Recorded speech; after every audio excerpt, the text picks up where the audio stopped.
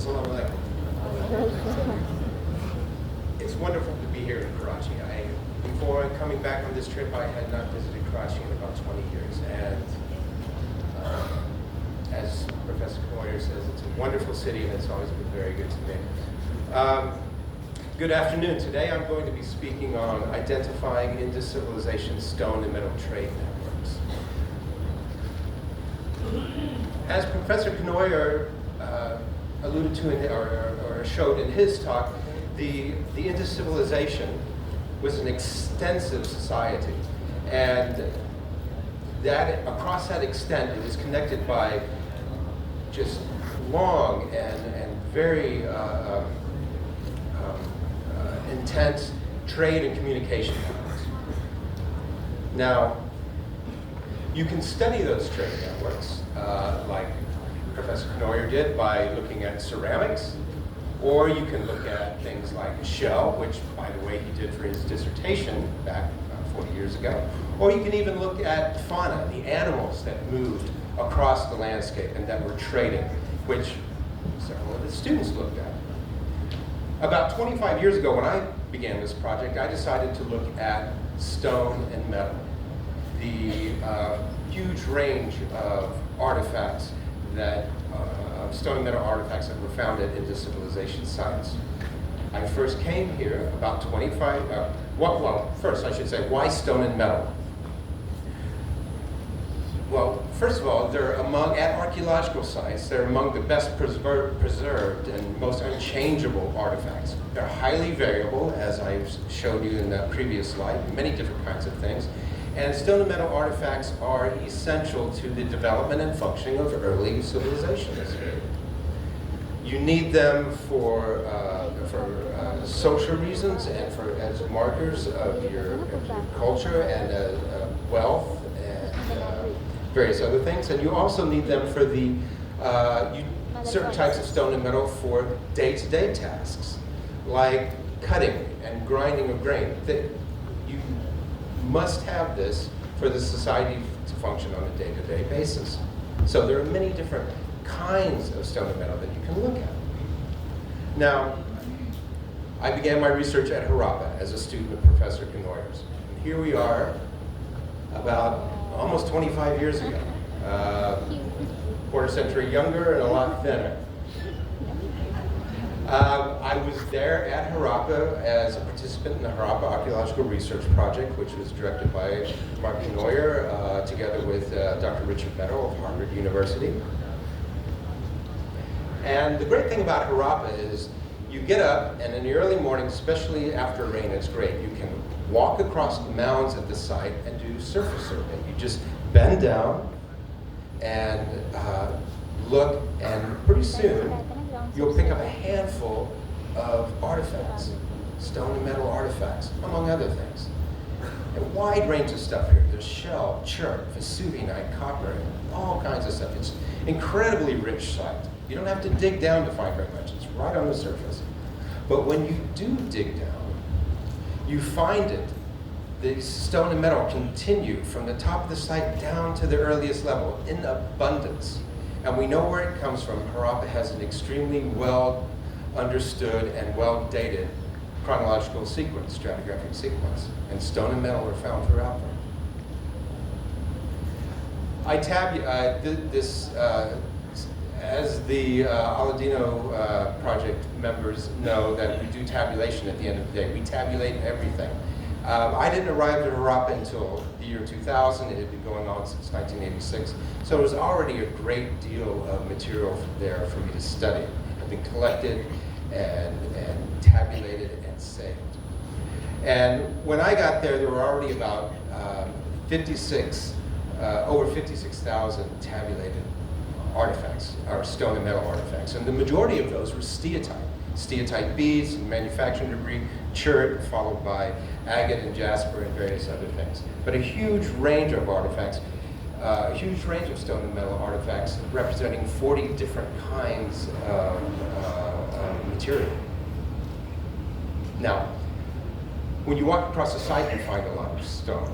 But when you walk off the site into the fields surrounding it, If you do the same survey and you look in the fields and on the ground, you find nothing. There's not a pebble, there's not a flake, there's nothing. And you go beyond that and there's still nothing. Harappa lies in the center of the upper Indus basin known as the Punjab.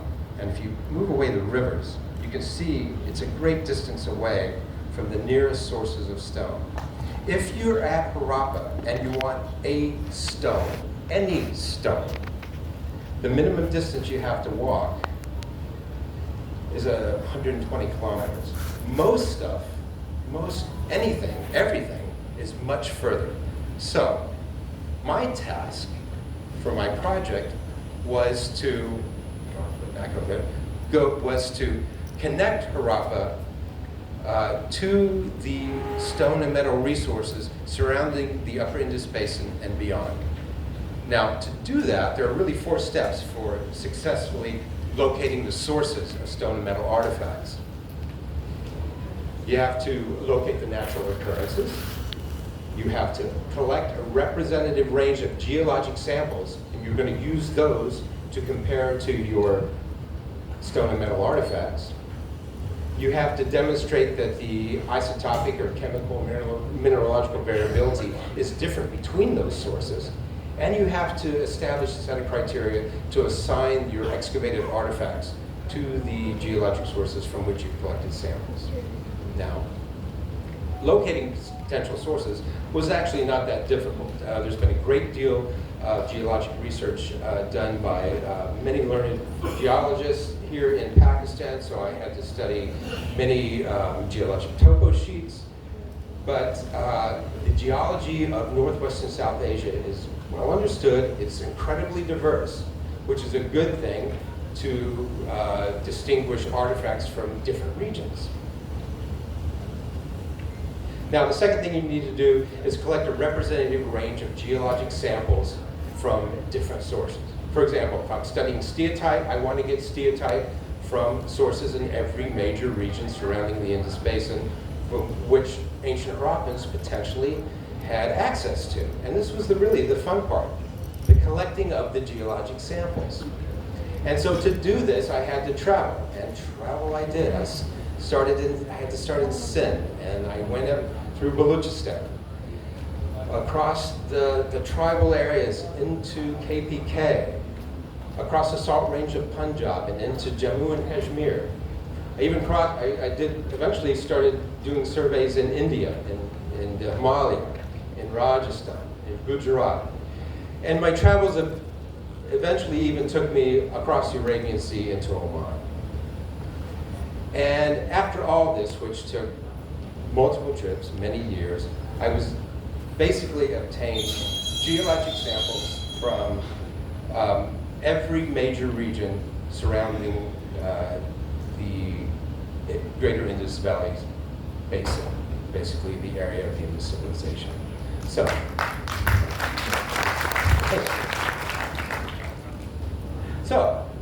I was not alone when I did this.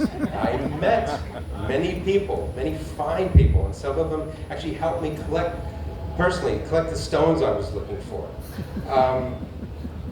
And I had the help of some wonderful geologists. I'm an archaeologist, I'm not a geologist, but I work closely with many members of the geological sciences here in Pakistan. The late Dr. Saeed Hamidullah from the Center of Excellence in Geology, University of Peshawar, and retired Dr. Saeed Bakri at Pakistan Museum of Natural History. We did a great survey of the Salt Range, and it was he who belonged to Kaipur, actually brought me to Sindh for the first time. And I learned a lot, obviously, from Professor Kenoyer.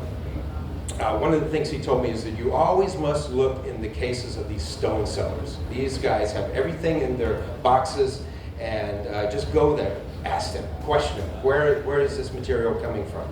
And so I did. I went around to a lot of these, and I'll give you an example. One of them was right here in Karachi. This was in front of this is in December of 2000. This is in front of the the shrine of Shangazi. And I'm with the gentleman there on the, I guess it would be right-hand side, is Nauman Ahmed. He was a student of Dr. Javed Hussain at the University of Karachi. He was with me, and we were going around and visiting different sources and people. Anyway, we're questioning this stone seller. He's holding a big piece of steatite, exactly what I'm looking for. And I asked him, where can I find this? Well, he told me that every year he goes to the Mela at Shah Nurani. Where's Shah Nurani? He said, well, you can catch a bus from Lee Market and be there in about 5 hours. It's actually in southern Balochistan in Las Bela, just on the other side of, just right near the Hab River. And so I went, and I met steatite carvers there. And they had wonderfully carved rosaries and prayer beads and all kinds of amulets made of just beautiful, fine, compact steatite, exactly what I was looking for. So I questioned them, where does this come from? They told me it's about a 3 or 4 days walk, depending on how you go. As the crow flies, it was about 40 kilometers further to the west. So with that information, I was able to locate the Wayaro steatite deposits in the southern Balochistan province and obtain wonderful samples for my eventual analysis. As it turns out, and I'm jumping ahead, but as it turns out, this is great steatite for carving, but I'll explain later why this is not Harappan steatite. Now, I also visited a wide range of people. I also visited these Pansaris, these traditional medics, and actually they had a great deal of many types of stone among their traditional medicines, which I collected samples from and actually asked them the same kind of questions. Where did this stuff come from? So I literally obtained truckloads of samples. This was in my first tour of the Rory Hills of Sindh, and I would take this truckload of samples back to Harappa and take off some smaller samples for eventual analysis. So the next step was demonstrating the chemical and isotopic variability between the different sources. And this was achieved. This is not going to be a too technical talk, but I did different things depending on the material. Some of it was just basic mineralogical testing, X-ray diffraction analysis, SEM. I did more detailed studies like instrumental neutron activation analysis, which Professor Kenoyer has done on his pottery as well. Also multi-collector mass spectrometry.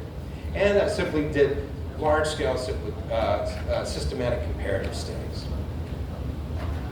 Now, I looked at all stone in Harappa, but I did the biggest work on grinding stones, chert, steatite, carnelian, Vesuvianite, and other materials, some of which I'll discuss the results. All of this work, all of this traveling was quite costly. I had, again, a great deal of institutional support, and my very first, besides the Harappa Archaeological Research Project, my very first support here in Pakistan was through the American Institute of Pakistan Studies. Now, the last thing you need to do once you have your samples, once you've done the analysis, you have to establish a set of analytical parameters to compare them to the artifacts. This was achieved through various means, statistical and otherwise. Okay, and what I learned after all that, after all the collection, all the analysis, that when the various potential sources of all these different types of stone are plotted on the landscape, I was able to trace the trade networks back to Harappa. Now this particular map is incredibly complex. It's kind of conflated from many different periods. But remember, I told you about the chronological sequence of Harappa prior to this.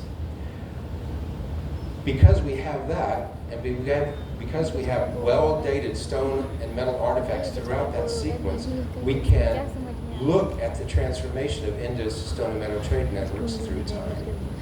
Starting from the earliest phase, when Harappa was a smaller village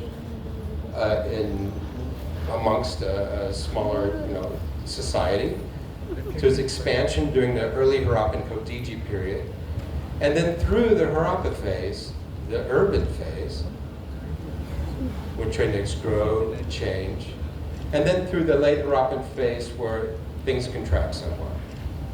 Throughout all of that, the major findings were that the large majority of stone and metal resources utilized by residents of Harappa, people at that site, were attributable to sources within the greater Indus region.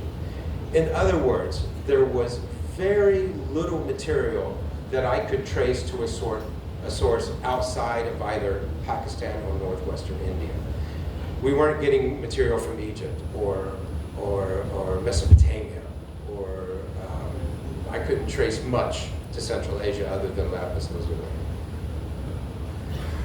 Now, resources from every major sub-region were included. So at Harappa, they were getting stuff from KBK, Balochistan, Rajasthan, Gujarat, Sindh, all major sub-regions. During all periods of Harappa, the majority of stone and metal resources that were used at the site were derived from sources that were located to the north, in northern Pakistan, the large majority. Now, those findings and all that research that I just summarized for you now all were published in, well, first my dissertation, and then in my 2011 book, which is available on harappa.com. Free to all, just you can go there and download the PDF of this book and many other research papers that I've produced. Now, as I said, that was in 2011. Since my work at Harappa, I've analyzed artifacts from all the other major Indus sites, as well as a few dozen smaller sites throughout the area, or throughout the greater Indus region. Now, I said at Harappa, everything was focused to the north, and that's largely because of its geographical location. It's oriented towards the north. But will the same necessarily be true if you looked at Mohenjo-Daro, other sites, such as the ones here in Sindh? And the remainder of the talk, I want to kind of focus on that. Now, the lower Indus Basin, which is essentially Sindh,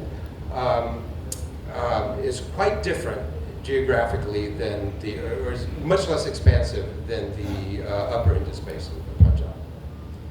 Of course, I've studied thus far material from 6 Harappa period sites in this region.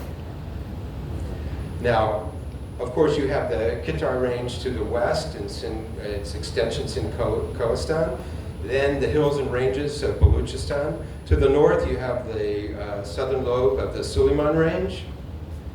To the west and south, you have Rajasthan, Gujarat, and the rich deposits of Kutch.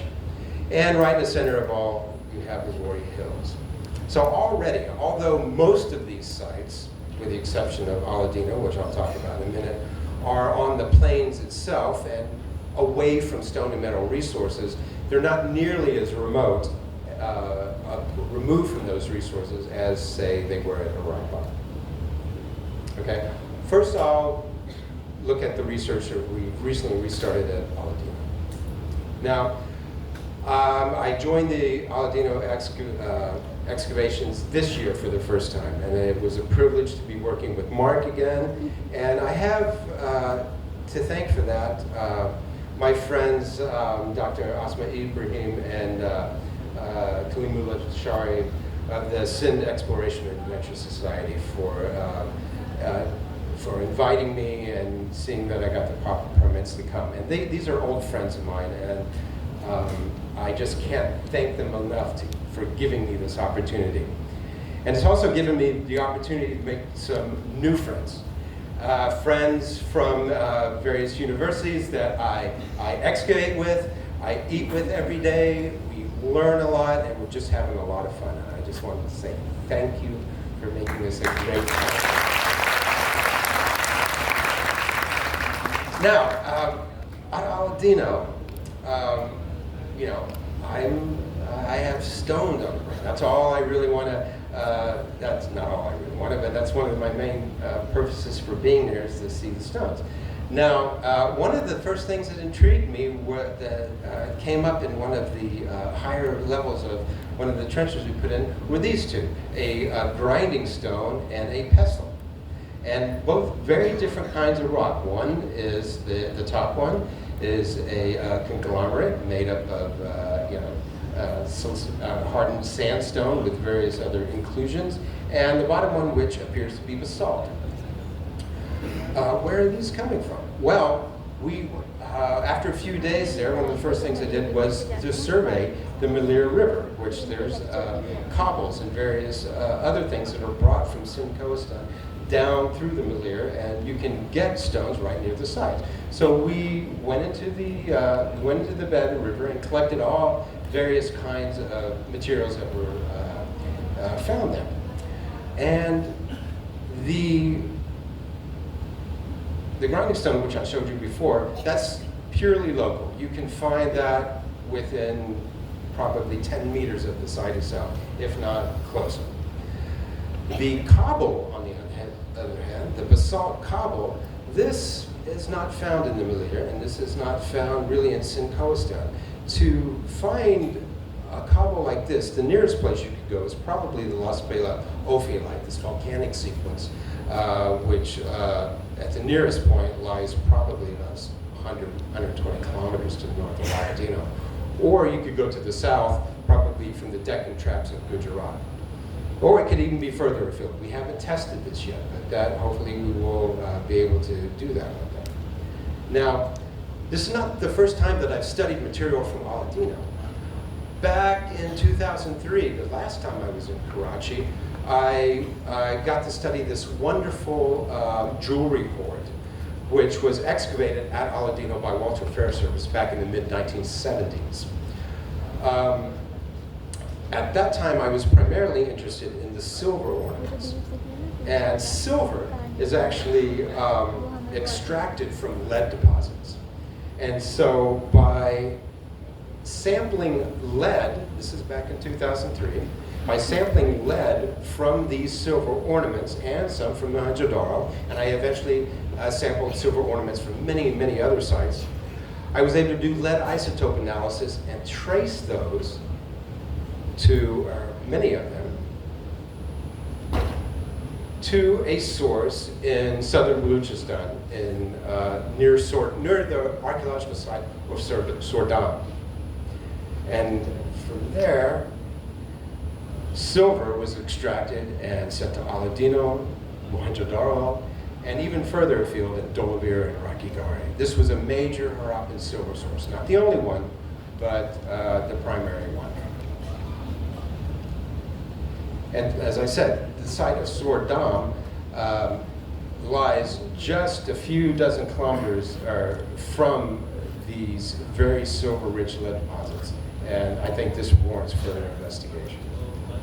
So, back to the Aladino jewelry hoard. At that time, I wasn't studying other materials, but we've since started studying agate. Now, these particular agate, or rather the red variety of agate, which is known as carnelian, these types of agate beads, I can tell you without even studying them, these are almost certainly from Gujarat. First of all, you just don't get that kind of quality and size of agate anywhere else. So I didn't actually get the chance to study these beads, but we've studied others. Now there are many agate sources. I've been involved with Professor Kenoyer in a project for about the past 10 years to locate agate sources, not just in South Asia, but in other agate-producing regions like Arabia, Iran, and even further afield. But I'll just focus on these areas now. There are many possibilities, routes through which agate resources can come into the Indus Valley. And any one of these are possible. So, in Sindh, we have sampled and analyzed agate from 4 sites. And what we found was that at the, and this is the results of our laser ablation mass spectrometry analysis. At the site of Chanodaro, all 50 of the samples we found clearly came from Gujarat. There was no ambiguity about that. And most of the other sites, the majority of those contained, actually those sites contain majority Gujarati agate. However, we did find at 3 of those sites, Mohenjo-daro, Lakanjo-daro, and Lomari, a smaller percentage of agate that appears to come from Iran. So my earlier finding that not much came up from outside the Indus is starting to fall away a little bit, because we're starting to see materials, particularly agate, from Iran. Now, here's an interesting one. These green jade beads from Mohenjo-daro. They were called jade by the earlier excavators about 100 years ago because they're hard, they're very jade-like stones. But we got an opportunity to analyze these closer, particularly the production debris, and found out that they're not jade, that they're actually a material called Vesuvianite grosler. Had they been jade, the earlier excavators were making arguments like, oh, these must be from China or Burma, because that's where jade is found. But no, they're from Vesuvianite. And Vesuvianite is actually, there are sources in northern Pakistan, in Balochistan, and even in Rajasthan. We didn't get to analyze the beads themselves because it is a destructive analysis, but we found that we did neutron activation on these from 2 sites, well, Harappa, Mohenjo-daro, 2 sites in Sindh and Harappa, and found that the majority of these are coming from far northern Pakistan, and maybe even a few examples from Jove itself. Now, Harappan steatite, this is the focus of the biggest study that I've done. Harappans use steatite, which is a soft stone, which is basically the massive form of the mineral tau, to make their famous seals, tablets, and beads.